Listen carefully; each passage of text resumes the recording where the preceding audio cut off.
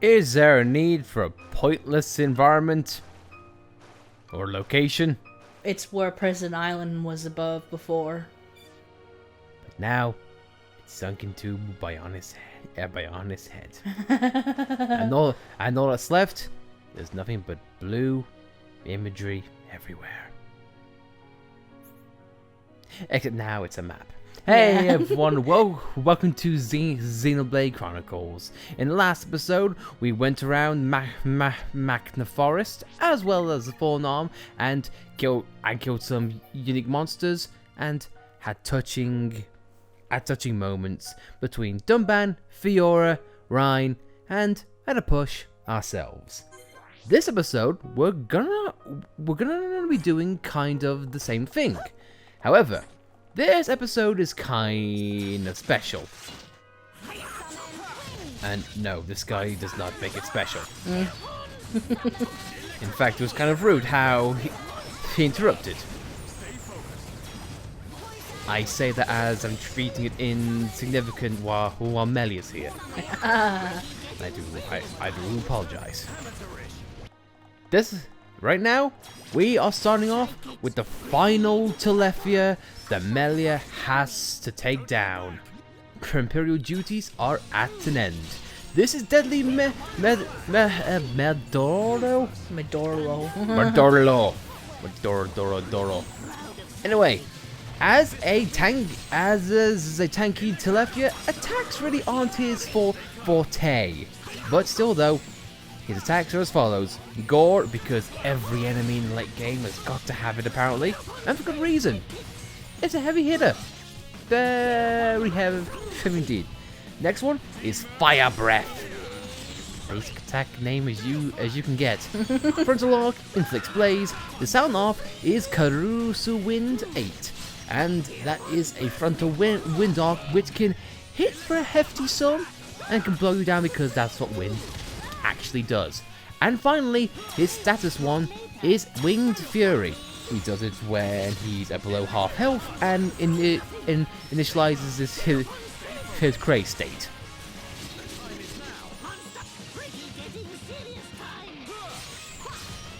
And he also has the flying friend, but he's not important.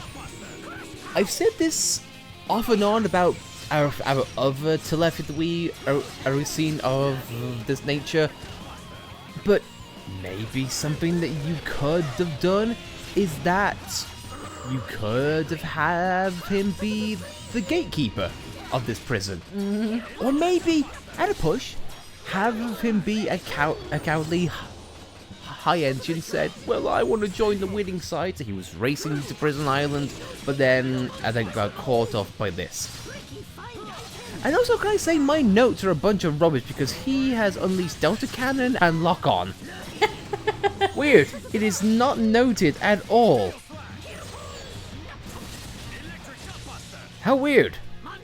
Finally, something the internet doesn't. Nah. I guess this guy is full of mysteries. But I guess it goes to show. He also has predation as well. What the hell, man? Oh my god, I'm an idiot. What? I'm an idiot. I was looking at the wrong unique monster. Oh, I'm an idiot. Essentially, Soul Reed, Predation, Attention Seek, Delta Cannon, and Annie Storm. There we are. I've rectified my mistakes somewhat. I shed a tear. If I had left your tear for my mistake, I heavily apologize. But the one things that I'm not going to get wrong are the odd books he drops are Play Dead, Airfang, Heal Blast, and Battle Eye. That wasn't the chest that was dropped. This guy is the one and we need. And he gets an atomic driver, which is lovely. We'll happily take that. But now, finally, the Telethia has come to an end. And no, this isn't. And no, this is Xenoblade Chronicles 2. But now to put one little thing to rest, and go on to something else. We dodged this guy to get a rainbow slug in the past, but now we shall cower no more. As Ricky Hero Pawn hits him for one damage. First off, I would recommend do not fight him on the fingertip, as in like the one with no railings. You'll find out in a short while. Wicked Salos. I got my notes mixed up. The attacks I mentioned beforehand for the Dyslexia, yeah, he has them. I apologize for that confusion. The warnings still apply though. He's a heavy hitter, and he can inflict debuff in the form of blaze, and also wind as well.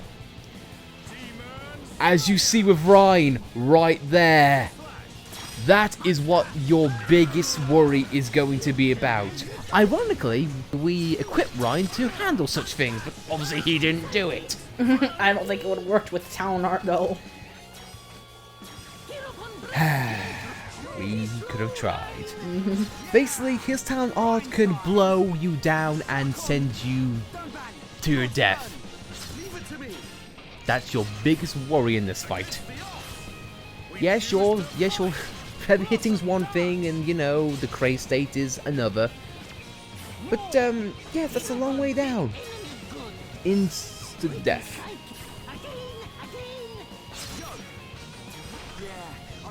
But this is our most powerful Petrix in the entire game, so you might want to be wary. I know, ironically, the Petrix we faced last episode was level 98, but he didn't have this level of danger to him. So possibly have Ryan equipped with Anchor Chain, because you might be lucky, because one of his attacks that isn't his talent art can do the same thing. But yeah, his talent art, no such luck. And I could have sworn that I scrolled down to heal Rhine, but it didn't hit Rhine.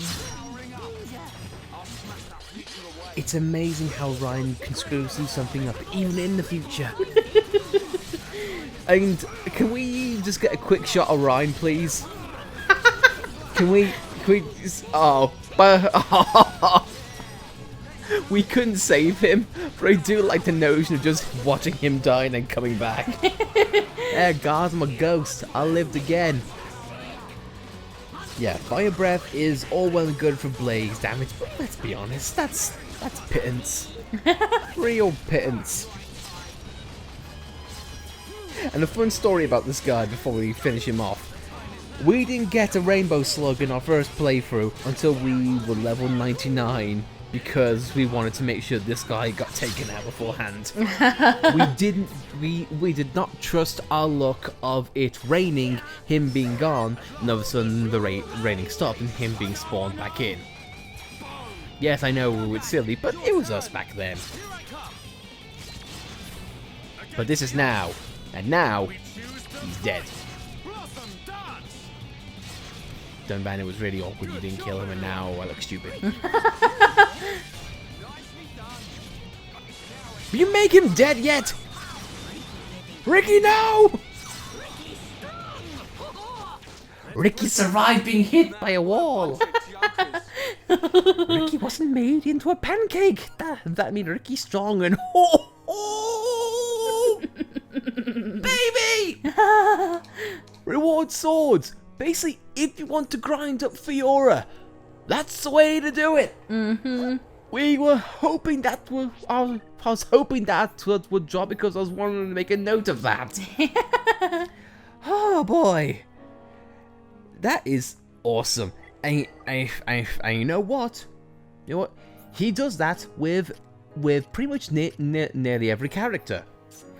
Reward Defender, Reward Swords, Bonus Sniper, Bonus Nibbler, and Bonus Staff. So basically, if you want weapons that grind EXP and AP, that guy is a gold mine. A distant fingertip, because everyone wanted him for his goods. But before I get ahead of myself, y'all booked to drops: Shadow Stitch, Freezenate, Berserker, Jaws of Death. I'll say right now, due to previous experience, every single one of those art books can be gotten in a better way. So, art book grinding, not for him. But first of all, though, or last I should say, we're here at the Black Wreckage. And before we go on, I'm kind of excited. I've seen many things and experienced many things in this game. The one thing I have not experienced, however, is this heart-to-heart right here. A little bit of context. When we first played this game, or at least during our first playthrough, me and Dallas were in the midst of a long-distance relationship. And round about the time which I had to go, in the time we were apart, Alice got to experience a lot more than me. I bought the copy of Xenoblade Chronicles, but I left it with her because I didn't want her to be alone. Because I only had X keeping me afloat. But now, I'm looking forward to seeing what this is all about. I've looked forward to seeing this heart-to-heart for I want to say years. But now, I get to show my first experience with you guys. So, let's get to it. Eternal scars that never really fade.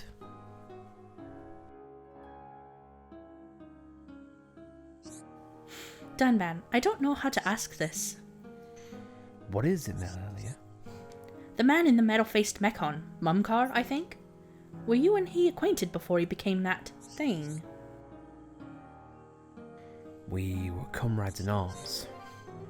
1 year ago, he and I risked our lives fighting the mechon. But when the battle turned, he chose to make a run for it. So he was a cowardly man. He was always fairly unreliable. Deep down, I knew that one day he'd fail us in time of need. But in the battle a year ago, he still seemed to be on our side. What do you mean, Dunban? Are you saying he wasn't always the monster he became? Whatever his reasons, that day, he was fighting off those machines as hard as we were. That is difficult to believe. I know the truth. That's why I'm so full of regret. Maybe I could have stopped him. You mustn't blame yourself.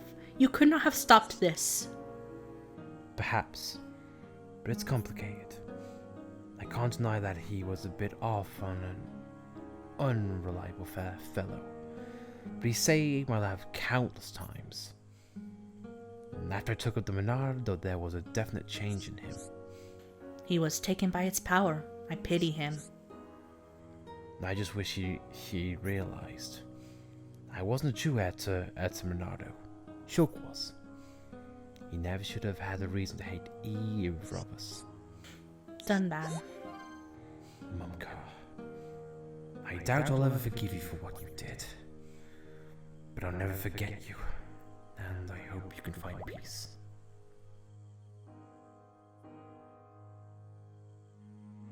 That, I think, is shown with Dunban's maturity. I hate you, and I hate whatever you did, but after Shulk's encounter, Dunban is a better person.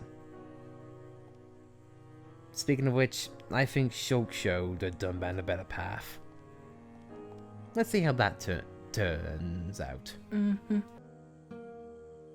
What difference does it make?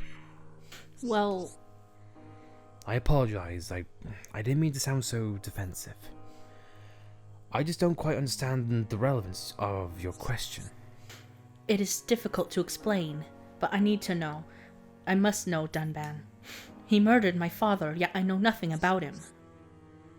I understand, Melia. I'm sorry. I should have spoken to you about this sooner. Thank you. I know it's not easy for you to talk about him. I'm fine. Ask away. I am partly responsible, after all. You? What do you mean? He changed right around the time I started using the Monardo. He covered it so much that his jealousy consumed him. If I'm honest, I wasn't completely oblivious to this. But I didn't act. And then it was too late. You should not blame yourself. The darkness that haunted his heart was to blame. He was lost long ago, it seems. And I just wish that fool had realized. I wasn't true heir to the Monado. Shulk was. He never should have had a reason to hate either of us. Dunban. I shouldn't get emotional. You probably didn't want me to go on about the old days like this. Actually, I found great value in it. Thank you, Dunban. I'm sorry if I'm squealing. It's just I've wanted to hear Dunban talk about Mumkhar for such a long time. So you are seeing my raw emotions going in blind. It's a small thing, but this is one aspect of Dunban that I've been dying to see. Thank you. I know it's not easy for you to talk about him. It never will be easy. Not after what he did to our home. And to Fiora. Believe me, I know. He stole my father from me as well. I doubt the day when I forgive him will ever come, Melia. Just as long as you understand the danger of living in the past. I do. I know if I live with hate in my heart, I'm no better than him. He became consumed by his hatred for me. He died for it. I see. It was Shulk who showed me the light. I've gone down a dark path otherwise. I've taken Mumkhar's life. I'm very grateful to Shulk. I hope I can repay the favor one day. I feel much the same way. Let us work together to live by Shulk's example. I idolize Shulk. How things have turned. That is such a good parallel. Ah. God, that creates so much context how Dunban changes. Ah. And it's something that Shulk will never ever hear. How sad. Yeah. But with that, I found closure I have.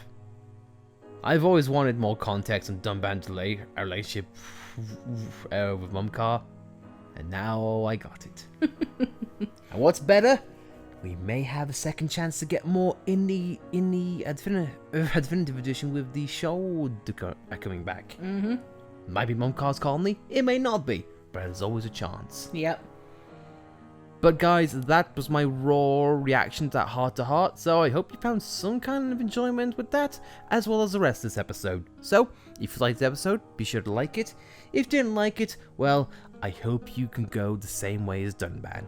Hate me, but forgive me all the same. And if you want to subscribe to see more content like this, be sure to subscribe, and as always, thank you very, very much for your time, and we'll see you next time as the episodes of Xenoblade Chronicles continue. A Spikeball Ricky hangs over the corpse of Metalface. Oh, big scary ball of death now! It's Ricky. We'll see you next time, guys. Spike-faced Mechon. Hello, Monado Shulk! Worst face impression ever.